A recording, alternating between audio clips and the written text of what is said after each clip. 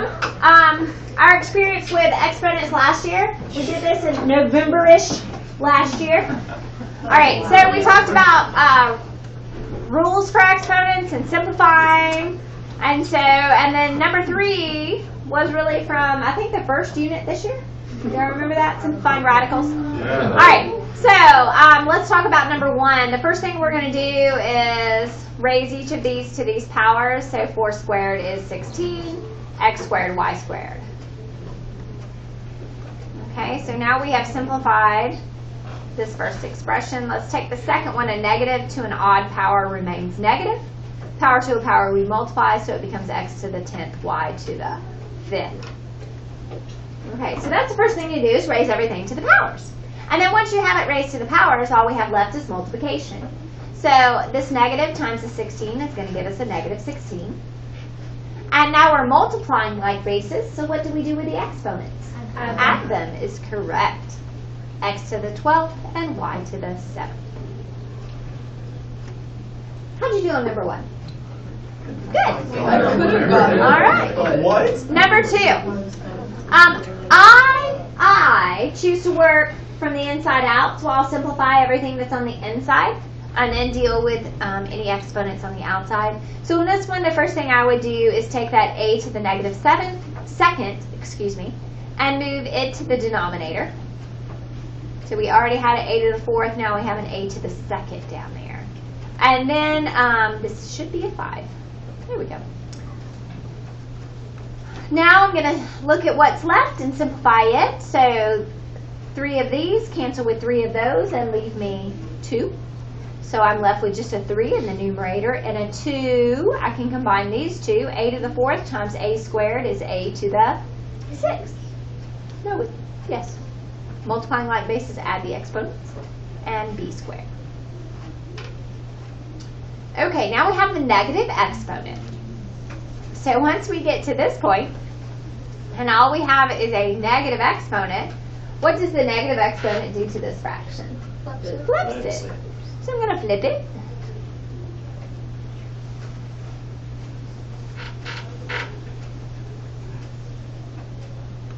And then I'm going to raise everything to the 5th power. So 2 to the 5th. This is usually where I see you counting on your fingers. 32. Yes, very good. 32. Okay, power to a power, we're going to multiply. So we get a to the 30th, b to the 10th. And then we have a 3 to the 5th. I know. Okay, 243. Yeah. A 3 to the 4th I'm pretty good with. 3 to the 4th is the same as 9 squared, right? Yes. Because this is 3 squared, and 9 squared is 81. So 81 times 3 is 243. Good. Unless you just have your powers of 3 memorized, which is pretty cool. Of course I do, Miss Woolsey. I knew you would. You know, from a young age in our math teacher households, they That's right. exponents. We do that during the summer too. Yeah. No, I was kidding. My parents would never try to force me to do math that I didn't like. I turned it all into like a game. No, they tried once. One time they bought me a clock that told you how to tell time for like a birthday present. It did not end well. The clock is broken. Is there clocks that don't tell you how to tell time? Like no, like it teaches you not just it's telling you the time. It's teaching you how to read the time. Like it literally has a voice. It's a clock like that, which some of you still can't read. I can read Where? it. One night saying Alright. AM or PM? I never understand. You look outside, is it light or not light? What if it's like winter? When it's 7 in the morning? Say something I didn't. If it's in the morning, it's Alright.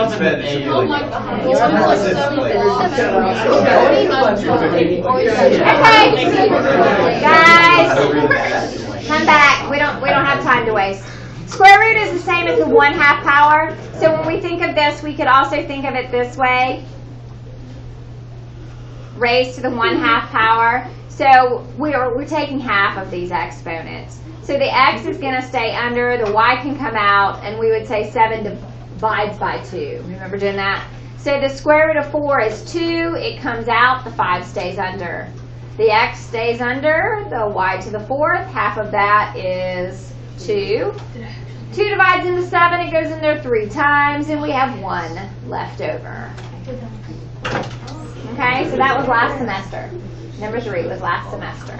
I do not like these. Okay, yes. So what if it was like a cube, like? Then you divide by 3. Okay. It'd be 1/3 here. Yeah. Okay, let's take a look at the calendar you guys picked up a second ago. This is Unit 6, so it's right here. Sorry. Did you pick up the packet also? I got the warm stuff. 1 out of 3. Good job. Alright. So we're starting our exponential logarithmic unit, and we're starting with some review of exponents so we can get our brains back in exponential gear. We're adding to that PERT this year. We did compounding interest last year, so we compounded annually, semi-annually, monthly, weekly, bi-weekly, daily. Now we're going to look at what happens when I have continuously compounding interest, and you'll see that develops into the PERT formula. Now, starting Friday, this is where we get to something totally brand new, logarithms. Okay? So there were some logs on the SAT. That is new, interesting, very cool. On the ACT. On the ACT, I can see it being on the ACT. This is why my dad left that logarithm pack on my bed. I was like I just walked in my room and there's So a we random checked packet of the math calendar things, and this I was weekend. like, I posted why are this you here? I posted this on Friday. So yeah, so this unit is logarithms, which is not terribly difficult, but it is brand new. It's not something we've ever done before. Now, it does kind of tie into some existing knowledge because it ties into exponents. So that's why we're starting with exponents. So this unit, for those of you that know how to work hard, you're going to be just fine. For those of you that are the sit back and math just always comes easy, you might need to give yourself a check at night and go, let's make sure I understand. It made sense when she said it in class. Does it still make sense tonight? Kind of thing. It's not a terribly difficult, but it is new. And so sometimes when we do brand new things, like right now, unless some of y'all went to tutoring, if I ask you what a logarithm was, probably many of you don't know. Unless you woke up and there was a summary packet on your bed. If that happened to you, it was really weird. then you might know what a logarithm is. It's like people have the tooth fairy, we have the math fairy. That is awesome. Yeah. All right. So that's where we're headed. So we're gonna swing back to some exponents and review those and make sure we put all the pieces together for that before we check back in for logarithms. Yes, ma'am. Yes. Okay. So your homework, it says, is the last 2 pages of this packet that you guys picked up. So what we're going to review today in class, this last page, is what we're going to start off with, solving exponential equations, and the previous page was graphing. So those are the 2 things we're going to review today. Then back to the front, tomorrow we'll do some of these for warm-ups, just like we did 1, 2, and 3 today. Did everybody notice that? Okay. And then tomorrow we're going to take a look at word problems. And if you look at them, some of you are going to go, oh, I remember half-life. Yes. I remember exponential growth and decay. Okay? That's okay. We're going to review. And hopefully when we review, it'll come back to you. And if not, then we'll work on it. All right. So we're going to start off today with a review of solving equations using like bases. So if this is new to you, it's going to seem kind of fast, but it shouldn't be new to anyone that has credit for ACAG. All right, so if we look at this equation, our x is an exponent, right? So we're solving for an exponent, but we're going to solve for an exponent by rewriting both of our sides of our equation with the same base. Did you knock something down? Okay. So if we look at 3 and 81, can we write those in the same base? Yes. Okay. Does 3 need to change? Wait, I didn't get what you said. Can we write 3 and 81 in the same base? Yes. But what did you say after? Does this side need to change? Oh. No. What about this side? Yes. Yes. How can we rewrite 81? As 3 to what power? 3 to the 4th. Okay, so now we have both sides of this equation written with the same base. So if we simplify our exponents, we get 3 to the 5 minus 2x is equal to 3 to the 4x. So power to a power we multiply. Now, the only way that this equation, that this expression can be equivalent to this expression, the only way that is possible with the same base is if that base is raised to the same power. So the only way this can be true is if this exponent equals that exponent. Does that make sense? All right, so now we have a simple equation to solve. So we get 5 equals 6x. And so x equals 5, 6. I remember these now. Cool. So now you have to plug it back in? I mean, you could if you want to check your work, but we solve for x. Okay. Now, occasionally I'll pick integer answers, but not usually. Usually I make them fractional just so I can see that you understand the process. If I make them integer answers, a lot of you can just guess. But I don't like it. Fairly hard. Fractional answers are okay. So don't get nervous if you get an ugly fraction like 7/3. It's all good. They're ugly. Alright, so example 2. So we're still going to solve this by using like bases. This base, right, we currently have 1/6 and 36. What is a common base for 1/6 and 36? 6. Okay? 1/6 is 6 to what power? Negative first. Good. And then 36 is 6 to what power? 6 squared.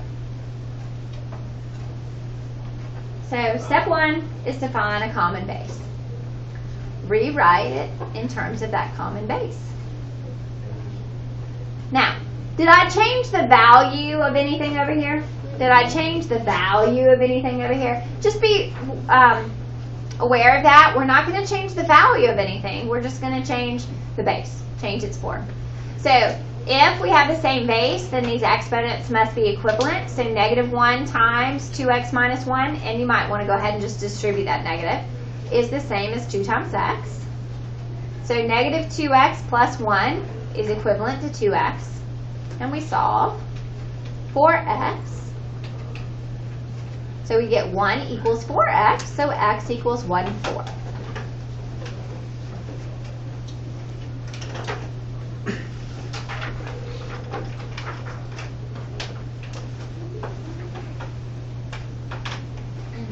Make sense?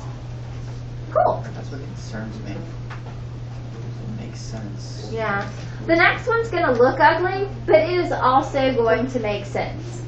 It's just going to be uglier. Because I put a root in there.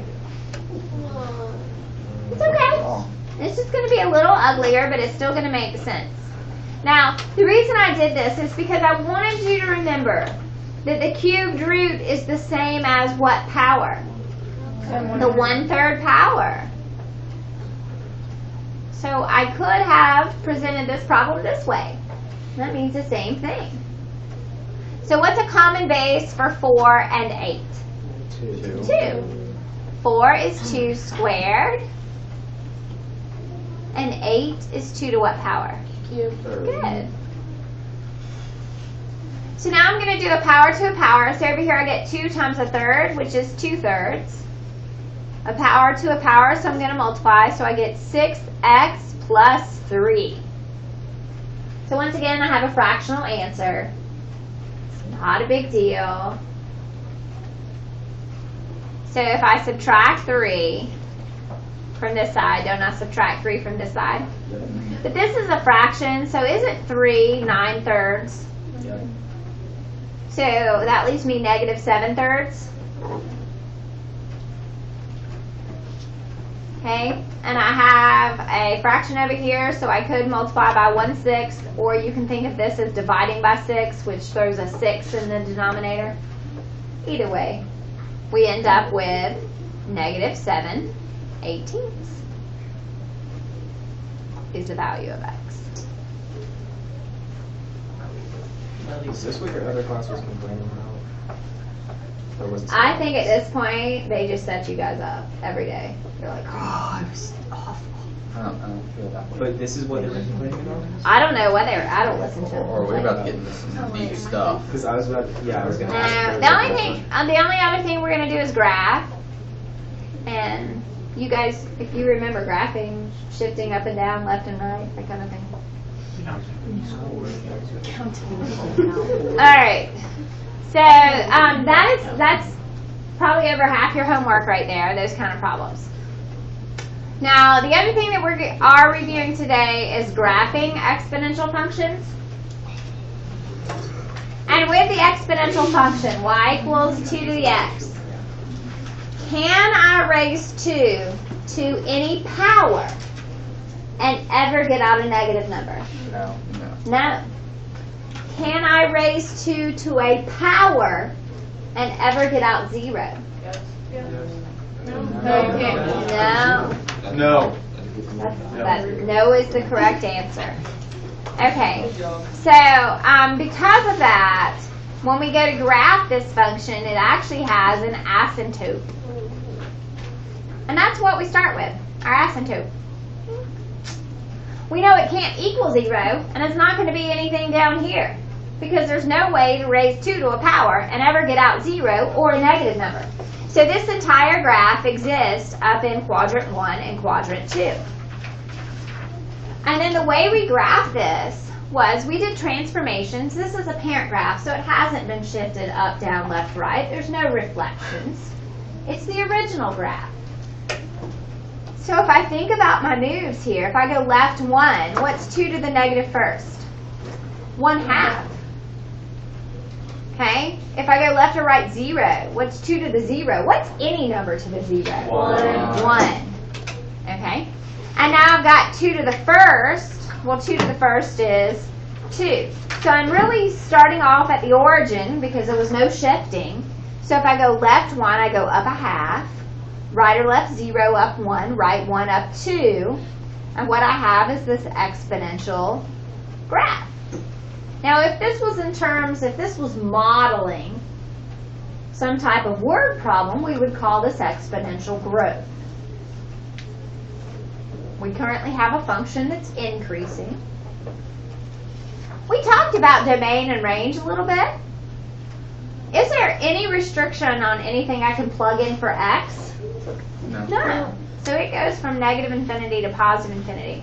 But our range, it is 0 to infinity, and it does not include 0. So it's open. It's a parenthesis, not a bracket. It does not include 0. It's like getting infinitely closer to 0 without ever touching it. What's the That concept bothers you? It does. It really Yeah. does. I mean, I get it. Because when you think about this, like if I were to explain it and I said, okay, the distance from me to the door, every step I'm going to reduce that distance by 1/2. Well, the first step's going to be ridiculous. I'm going to have to jump seriously, aren't I? But eventually, do I get to the door? In reality, yes. Theoretically, I no. never understood that concept until I read The Outliers in 8th grade, and it explained like somebody playing with a computer program that taught you that, and all of a sudden I was like, okay, everybody said they hated it. I love that book. Like, that was great. It's because it was pre-care or whatever. I think they should rename that the high school diploma theory. Oh, that was I read it on my good. own. Never graduate. Feels Never like get right there. now. That's what it feels like right now. Okay. All right. So with example 1 and example 2, the only difference is the first thing we have is this -5 at the end. What does the -5 at the end of a function do? Yeah, you're right. It causes a vertical shift. So it takes the entire function and shifts it down. And in our case, when we are graphing, what we do is we start by shifting that asymptote down. So if we said this was y equals f of x, this would be y equals f of x minus 5, wouldn't it? Takes the entire function and shifts it down 5. So we take this pretty parent graph and everything goes down 5. So now we can think of this little point as our new origin. So if I go left 1, I go up a half. 0, 1. If I go right 1, I go up 2. Same moves, I've just shifted them down 5 units.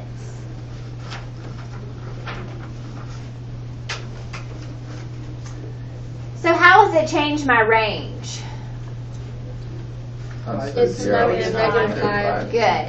So now I'm from -5 to infinity. Now the other kind of cool thing, we also look at the characteristics of our graph. We talk about end behavior. This one has an interesting end behavior because as x approaches negative infinity, y does not approach positive or negative infinity. What does it actually approach? -5. -5. It approaches 0 on the first one and -5 on the second one. Very good. But as x approaches positive infinity, y does also approach positive infinity.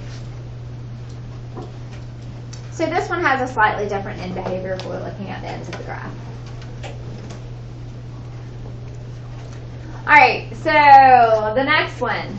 Not only does it have a vertical shift, but this one has a horizontal shift. So what is the vertical shift on example 3? Down 2, and that's what I'll start with. Every time I'm going to start by shifting that asymptote down 2.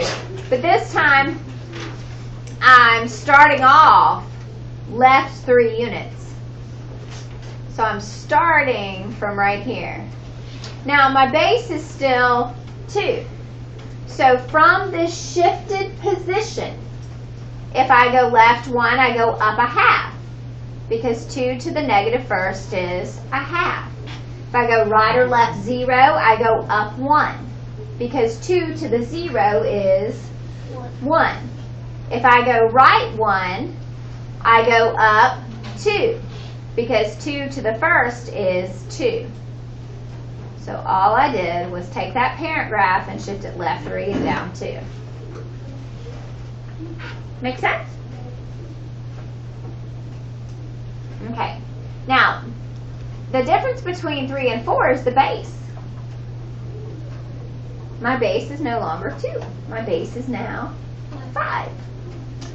But the process is the same. So I'm going to start by shifting that asymptote.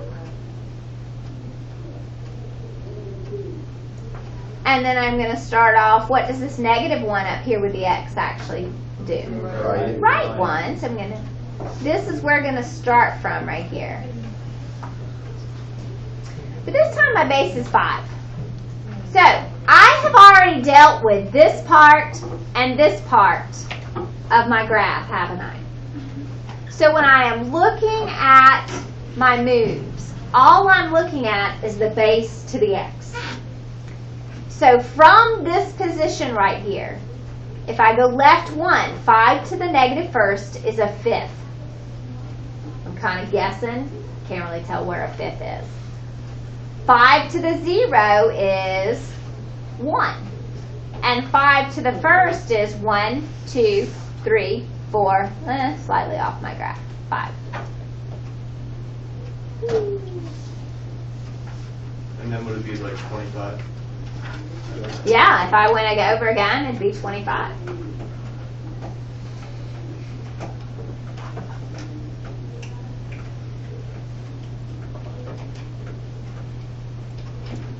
Okay, let's investigate example 5. We have y equals 3 to the negative x minus 4. Is this just reflected? It is reflected. What do you think it's reflected over? X-axis. Why? The Y. It is the y because it changes the x's to the opposite. Now, Sorry. do you guys see that this is the exact same equation? Just written in a different form? Yes. Okay, this has a base that's greater than 1, but truly because of the negative, if we were to simplify that, that base is actually less than 1, which tells us if it were modeling a real-world problem, this is not growth, it is actually decay, if it were modeling a real-world problem. So, on this one, we're going to go down 4 units. Are we going to shift right or left, Annie? No. No, we're not. We're going to start like right. I got it first time that time. Now, because of this negative, it's really 1/3 to the x. So if I go left 1, that's like left 1. What does this do? Flips it, doesn't it? So left 1 is actually up 3. 1/3 to the 0 is just 1. And 1/3 to the first is 1/3. I go 1. So it goes like this.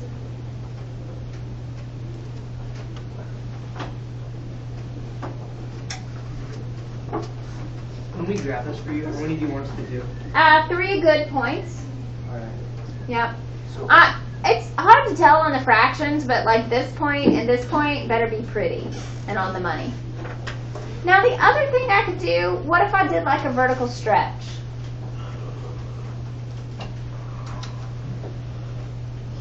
Instead of going up 1 from your asymptote, because of the 2, we would go up 2. Do you guys remember when we did these? That one would look like this. That we said when we have y equals a times b to the x, this a is our initial amount, which ends up being our y-intercept. Now, that only works when it's in this form. Does this form have shifting to it? No. No.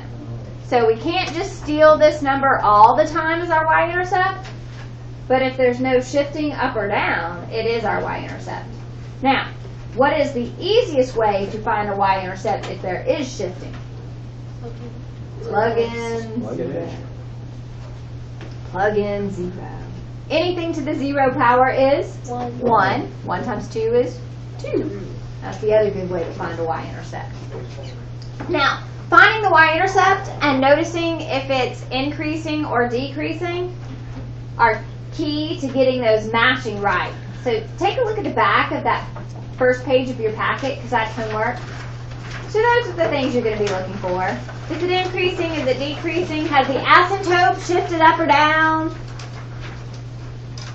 Is it reflected? Those kind of things.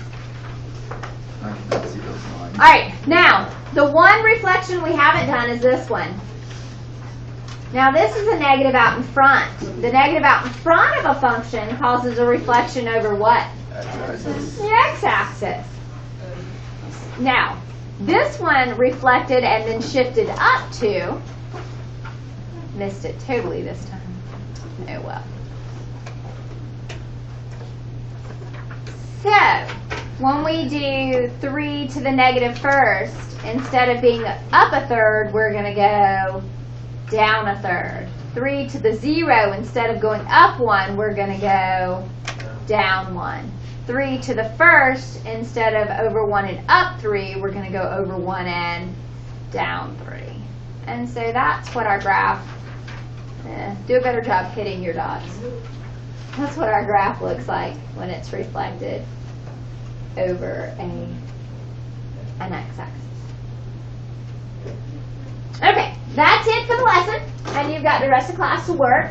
It's the back of the first page and the second page. So, your classes lie to us. It's not hard.